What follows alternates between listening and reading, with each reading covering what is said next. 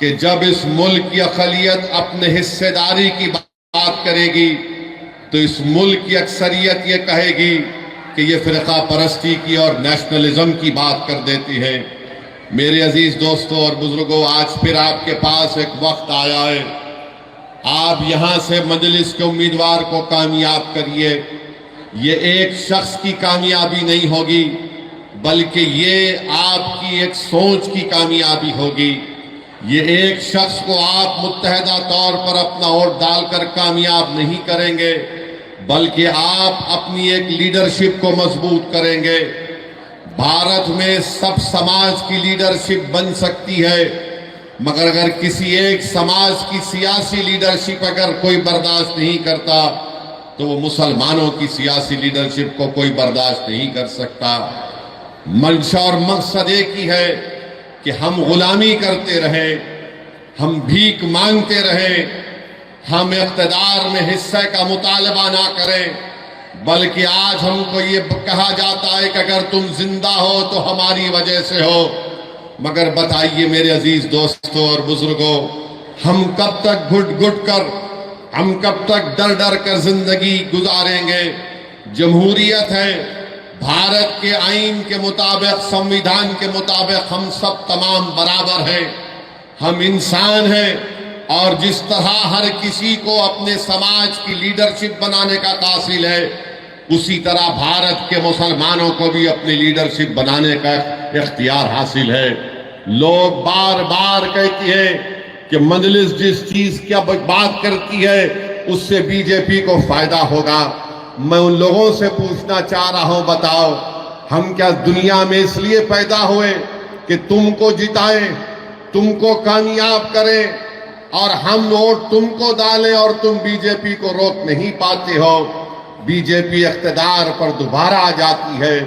याद रखिए, भारत के मुसलमानों को इस बात का फैसला करना है कि आप कब तक नाम निहाद सेकुलर पार्टियों के झोली में अपना वोट डालेंगे।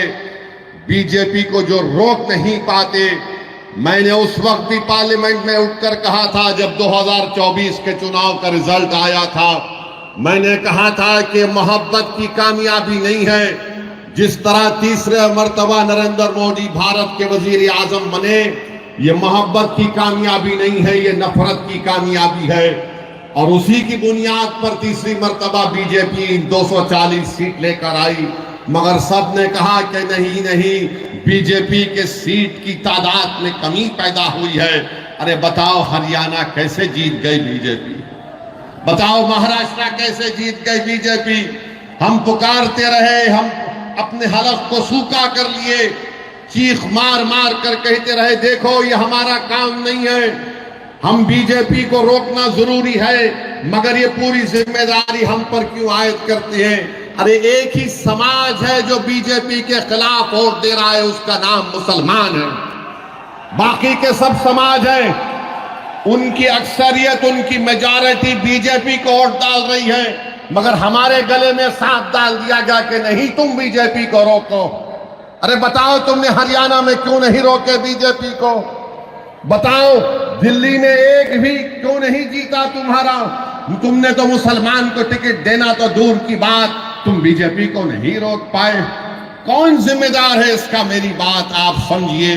याद रखिए, अगर आप फिर से इसका शिकार होंगे, नहीं नहीं हमको बीजेपी को रोकना है, यकीनन रोकना है, मगर रोकने का मतलब ये नहीं है कि तुम अपने बच्चों को जो 5 साल से जेल में सड़ रहे हैं, जिनका नाम वो लेना नहीं चाहते, आप उन्हीं को वोट देंगे?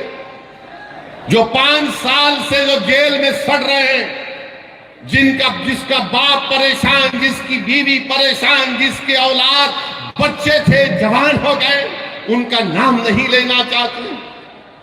जो बच्चे जेलों में सड़ रहे हैं तो उनका नाम नहीं लेते, मगर आप उनको वोट देना चाहेंगे। ये बीजेपी को रोकना है। अरे बीजेपी को तो हम ही रोक रहे हैं। हम बीजेपी को ना कभी वोट दिए ना कभी देंगे, मगर ये लोग क्या बीजेपी को रोक पा रहे हैं? नहीं रोक पा रहे हैं। ये अपनी जबान से नाम तक नहीं लेते।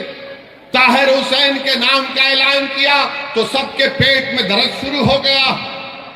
ताहिर हुसैन का नाम का ऐलान किया तो सबके सर में दर्द शुरू हो गया। अरे जिसके पेट में दर्द हो रहा है, जिसके सर में दर्द हो रहा है, क्या तुम भूल गए कि तुम ताहिर हुसैन की घर के छत पर बैठकर कितने मरतबा ताहिर हुसैन ने तुमको खाना खिलाया था? क्या तुम भूल गए कि ताहिर हुसैन की छत पर बैठकर तुमने क्या क्या गुफ्तगू की थी? आज कोई नहीं पलटकर पूछता उस घर की तरफ। बताओ जुल्फिकार सैफी जेल में कैसे है?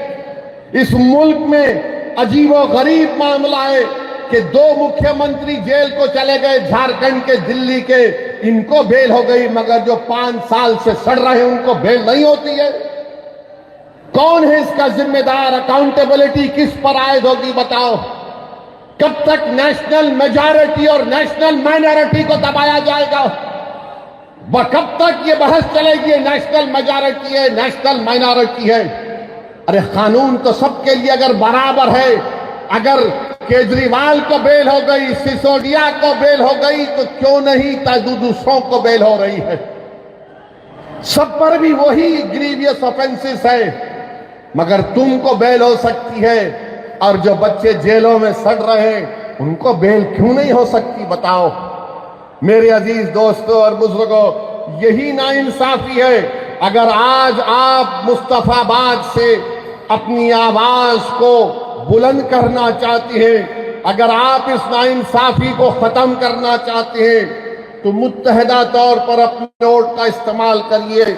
मैं जिम्मेदारी के साथ मुस्तफाबाद में खड़े होकर आप तमाम बुजुर्गों, नौजवानों और हमारी माँ और बहनों से अर्ज करने आया हूं, यहां से अगर आप बीजेपी की कामयाबी को रोकना चाहते हैं तो आपको मजलिस इत्तेहादुल मुस्लिमीन के उम्मीदवार के हक में मुत्तहदा अपने वोट का इस्तेमाल करना पड़ेगा। हाँ, मेरे जाने के बाद और चुनाव के दौरान बहुत से लोग आकर बहुत सी बातें कहेंगे, अरे क्या कर रहे हो, वैसी सिर्फ जज्बाती तकरीर करता है। अरे जज्बाती तकरीर अगर तुम नहीं कर सकते तो इसमें मेरा क्या गलती है? मेरी क्या गलती है? मगर याद रखिए, मैं जज्बाती तकरीर नहीं करता हूं, मैं सच्चाई को बयान करने की कोशिश करता हूं। इम्तियाज जलील को हराने वाले कौन? मुसलमान थे। इम्तियाज जलील को हराने वाले मुसलमान थे औरंगाबाद में। नासिर सिद्दीकी को हराने वाले कौन थे? मुसलमान थे। ये सेकुलरिज्म है कि को बेल मिल जाती है और दूसरों को नहीं मिलती? कौन सा सेकुलरिज्म है बताओ ये? मेरे अजीज दोस्तों और बुजुर्गों, मेरी आप सदवन गुजारिश है कि मुत्तहदा तौर पर अपने वोट का इस्तेमाल करिए। डरने और घबराने की जरूरत नहीं है। अब हमारे जाने के बाद वह गब्बर सिंह आ जाएगा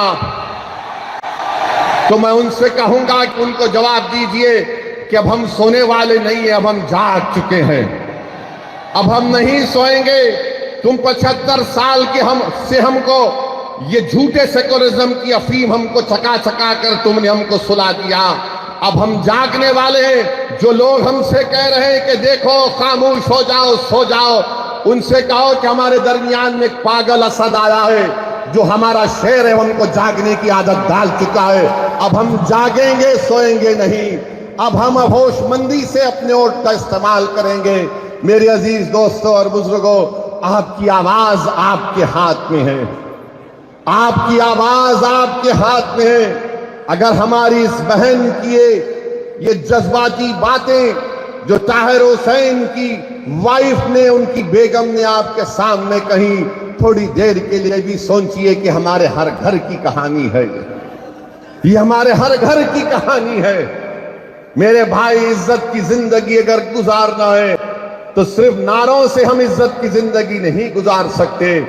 अगर हम मुस्तफाबाद में सफाई का इंतजाम चाहते हैं, मुस्तफाबाद में वो ब्रिज रोड की ट्रैफिक जहां पर उसका मसला हल करना चाहते हैं, हम अच्छा पीने का पानी हासिल करना चाहते, स्कूल चाहते हैं, कॉलेज चाहते हैं, तो सिर्फ नारों से नहीं होगा। तुमको अपनी आवाज को भिजाना पड़ेगा। दिल्ली के विधानसभा में लड़ना पड़ेगा तुमको, और उसके लिए आपको एक कोर्ट का सही इस्तेमाल जब आप करेंगे तभी आपको कामयाबी मिलेगी। वरना सिर्फ हम वोट डालने वाले बनकर रह गए, हम वोट लेने वाले नहीं बन सके। वोट हासिल करो। और कैसे हासिल करेंगे? जब आप मजलिस के हक में अपने वोट का इस्तेमाल करेंगे। लोग बहुत सी बातें करेंगे, ये नहीं होने वाला है, ये फुला होने होगा, ऐसा होगा। मेरे अजीज दोस्तों और बुजुर्गों, क्या क्या आपने देखा? मुझे यहां पर यह बताया गया, बल्कि सच्चाई है, दिल्ली में वो फसाद हुआ, 2022 का प्रोग्राम हुआ।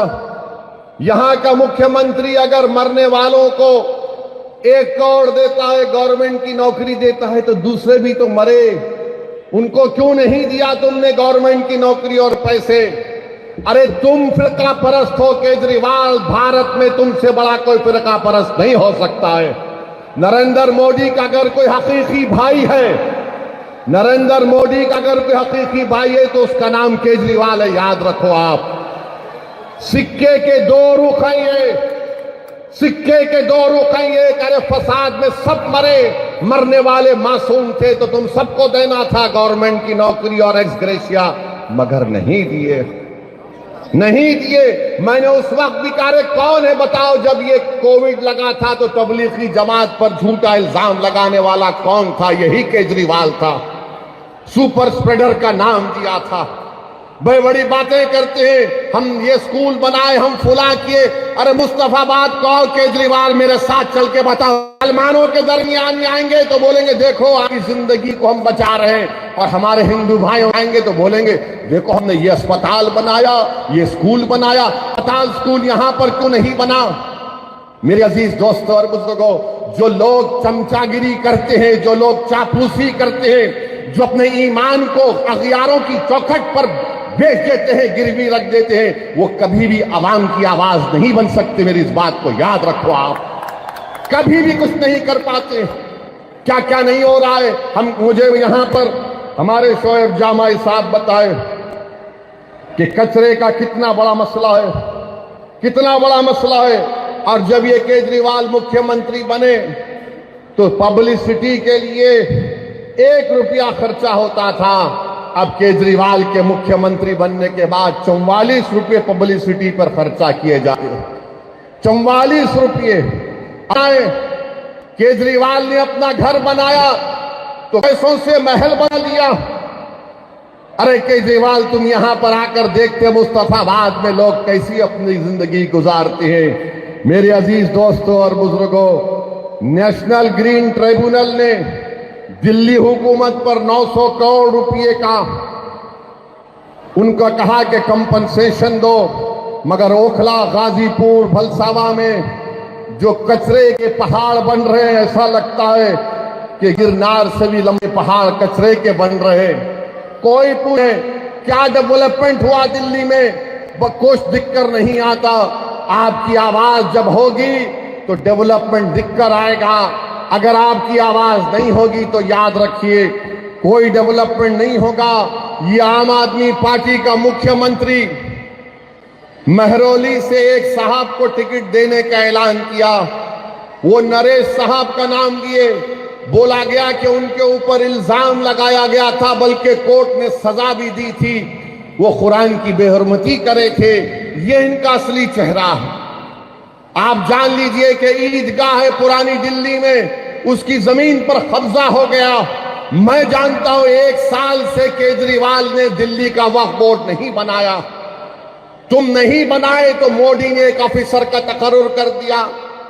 ईदगाह की जमीन पे कब्जा हो गया, क्यों नहीं बनाया तुमने 1 साल से दिल्ली का वक्फ बोर्ड? किसने रोका था तुमको? मगर नहीं बनाया इसलिए ताकि कब्जे हो जाए, ताकि कोई कुछ कर ले। मेरे अजीज दोस्तों और बुजुर्गों, हम आपसे अपील कर रहे हैं कि मुत्तहदा तौर पर अपने वोट का इस्तेमाल करिए। अगर आप फिर उसी चक्कर में फंस जाएंगे कि नहीं नहीं कुछ हो जाएगा, अरे अब क्या बचा है मुझे बताओ, अब क्या बचा है तुम्हारे पास? अब तो यहां से उठने की बात आपको हमको करना है।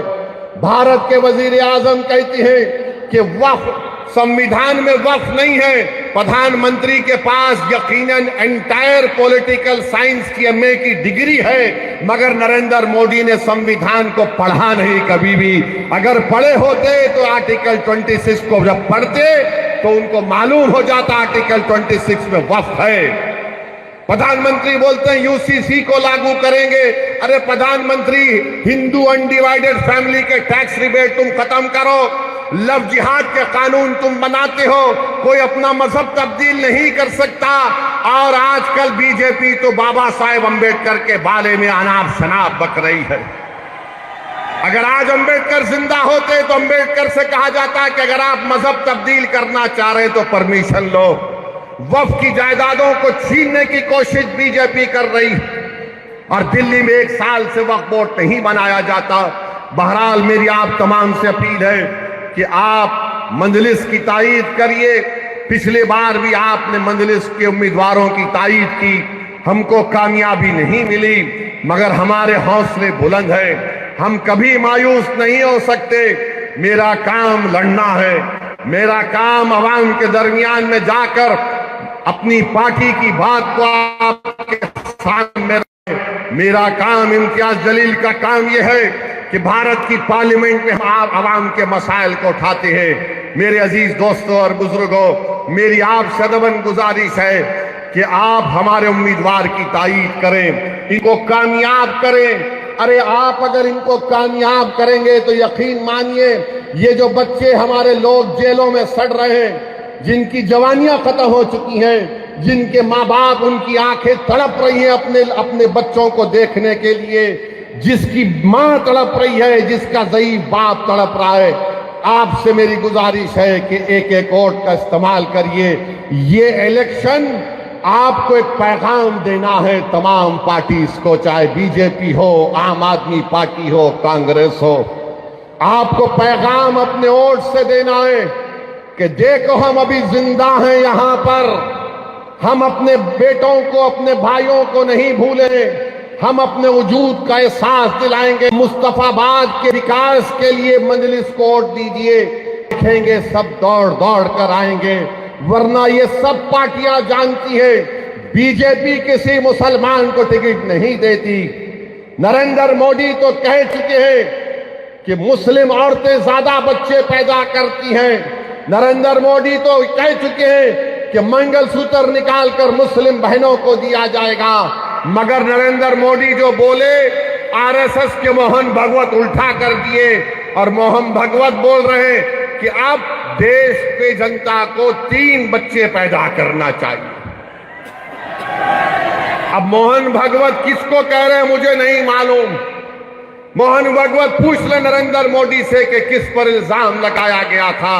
मगर मेरे अजीज दोस्तों और बुजुर्गों, इन तमाम चीजों का अगर हम जमहूरी तरीके से जवाब देना चाहते हैं तो मेरी आपसे गुजारिश है कि मजलिस के पतन के निशान पर आप बटन दबाकर अपने वोट का इस्तेमाल करिए। यकीनन बीजेपी को रोकना है, मगर मैं कोई कूली नहीं हूं सेकुलरिज्म का कि मैं 75 साल से मैं ही इस फर्ज को निभा रहा हूं। हम कब तक इस बोझ को उठाएंगे बताओ? कब तक हम उठाएंगे? हमारी मस्जिदों पर हमला हो रहा है, संभल में गोली मार दी गई, 5 मासूम बच्चों पर सीने पर गोली मारकर उनको खत्म कर दिया गया। 500 साल के बाद मुझसे कहा जा रहा है बताओ ये तुम्हारी मस्जिद है या नहीं। 800 साल के बाद कहा जा रहा है कि ख्वाजा अजमेरी की दरगाह है नहीं, तुम बताओ। मेरे भाई याद रखो, तुम जिस पर भरोसा कर कर टेका लगा कर बैठे हो ना, वो जानते हैं कि इसी तरह की बातें अगर कोई करता रहेगा हम डर कर उनको वोट देंगे। अरे मैं तुमसे कह रहा हूं, अगर आप उठेंगे, नौजवानों याद रखो ये तुम्हारी लड़ाई हम लड़ रहे हैं। मेरी जिंदगी का चिराग कब खत्म हो जाए वो अल्लाह जानता है, मगर मुस्तकबिल तो तुम्हारा है। अगर आज तुम उठकर मुत्तहदा अपने वोट का इस्तेमाल करोगे तो कोई तुमको डरा नहीं सकता। तुम डरते हो तो इसलिए डराया जा रहा है। जिस दिन तुम नहीं डरने का ऐलान करोगे, और नहीं डरना सिर्फ जबान से नहीं डरना जब तुम कहते हो कि मैं किसी बाप से नहीं डरता, मैं किसी माइकल लाल से नहीं डरता, मैं किसी मोदी से नहीं डरता, मैं किसी केजरीवाल से नहीं डरता, उसको अमली जामेनामा कैसे पहनाएंगे? सिर्फ नारा लगाने से तुम खुश हो जाओगे नहीं, तुमको जाकर अपने वोट का सही इस्तेमाल करना पड़ेगा। और सही इस्तेमाल मुस्तफाबाद में पतंग के निशान पर ताहिर हुसैन के लिए, उन तमाम मजलूमीन के लिए, इस विधानसभा के विकास के लिए आपको अपने वोट का इस्तेमाल करना पड़ेगा। इस डर को निकालो अपने दिमागों से। तुम कब तक और हम कब तक डरते डरते जिंदगी गुजारेंगे? एक बार इस डर को निकालो। इस दिल्ली के विधानसभा में आप अपने इत्तेहाद की निशानी के तौर पर मजलिस के नुमाइंदों को कामयाब करो।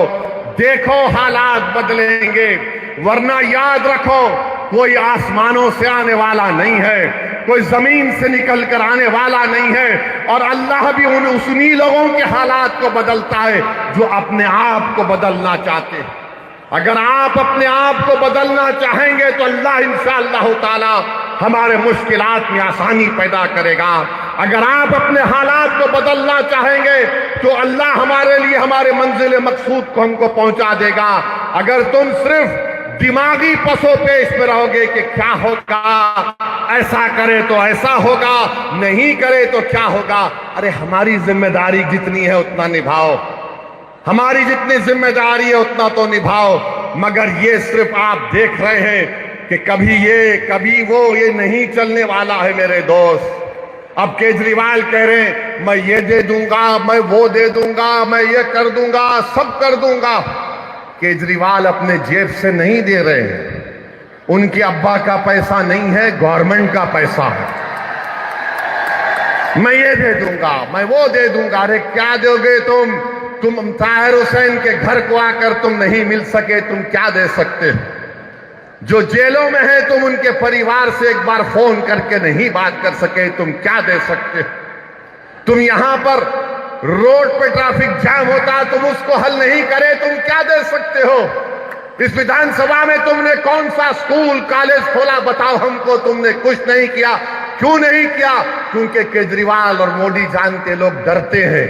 इनको डरा कर रखो, और इनको डरा कर रखो तो एक मुश्त में इनके वोट लेकर जाओ। और जब मैं इस तरह की बात करता हूं तो बोलते देखो ओवैसी वोट काटने के लिए आया है। मेरे अजीज दोस्तों और बुजुर्गों, अगर मेरी बात में सच्चाई है तो उस पर गौर करो। आप, ये आपका इलेक्शन है, मेरा इलेक्शन नहीं है। मुझे हैदराबाद की अवाम ने कामयाब कर दिया, मेरी पार्टी मजलिस इत्तेहादुल मुस्लिमीन को। नरेंद्र मोदी, अमित शाह मुझे आए हैदराबाद को हराने के लिए, सब आए वहां पर, छोटे बड़े, मोहब्बत नफरत की बातें करने वाले। मगर हैदराबाद की आवाम ने 3,30,000 वोट से मुझे कामयाब किया। और आप हो बोल के नारा लगा रहे। आप भी कर सकते मेरे भाई, आप भी करेंगे, मुझे यकीन है। सिर्फ आपको उस डर को निकालना पड़ेगा। आप डर को निकालिए, कामयाबी आपके कदम चूमेगी।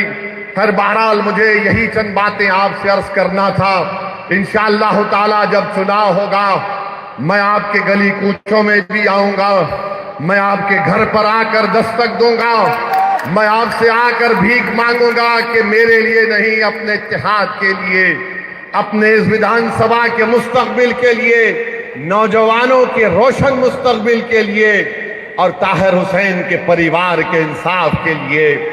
जो बच्चे आज जेलों में सड़ रहे हैं, जिनकी जबान, जिनकी आवाज को दबाया जा रहा है, कोई सुनने को तैयार नहीं है। मीडिया एक तरफा बात करता है, अरे ये कैसा होगा मेरे भाई, कौन उनका हाथ पकड़ेगा, कौन उनकी आवाज उठाएगा?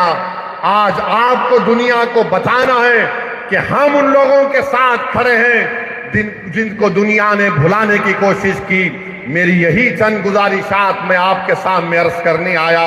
इंशाअल्लाह ताला दोबारा फिर आऊंगा, आपसे मुलाकात होगी। आज आप अपना कीमती वक्त निकाल कर आए, बहुत बहुत शुक्रिया। अस्सलाम वालेकुम व रहमतुल्लाहि व बरकातुहू।